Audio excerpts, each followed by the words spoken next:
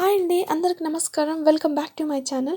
ఈరోజు వీడియోలో అచ్చం హోటల్ స్టైల్ పల్లి మరియు కొబ్బరి చట్నీ ఎలా తయారు చేసుకోవాలో ఈ వీడియోలో చూద్దాం. ముందుగా ఈ చట్నీ తయారు చేసుకోవడానికి కావాల్సిన పదార్థాలు ఏమేమో చూద్దాం.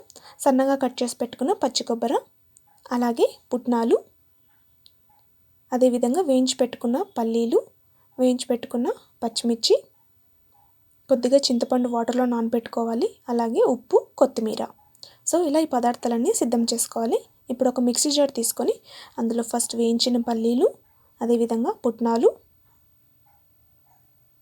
పచ్చి కొబ్బరి, వేయించి పెట్టుకున్న పచ్చిమిర్చి, రుచికి సరిపడినంత ఉప్పు వేసుకోవాలి, అదేవిధంగా నానబెట్టుకున్న చింతపండు వేసుకోవాలి, చివరగా కొత్తిమీర వేసుకోవాలి.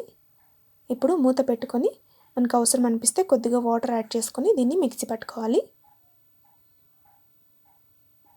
చూసారా, ఈ విధంగా మిక్సీ పట్టుకుంటే సరిపోతుంది. ఇప్పుడు దీన్ని మనము సర్వింగ్ బౌల్లోకి తీసుకుందాం.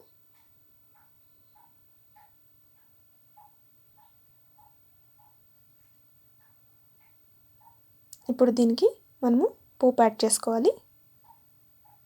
పోపు యాడ్ చేసుకున్న తర్వాత బాగా మిక్స్ చేసుకొని మనము దీన్ని దోశలోకి కానీ, ఇడ్లీలోకి, పూరీలోకి చాలా టేస్ట్గా ఉంటుంది.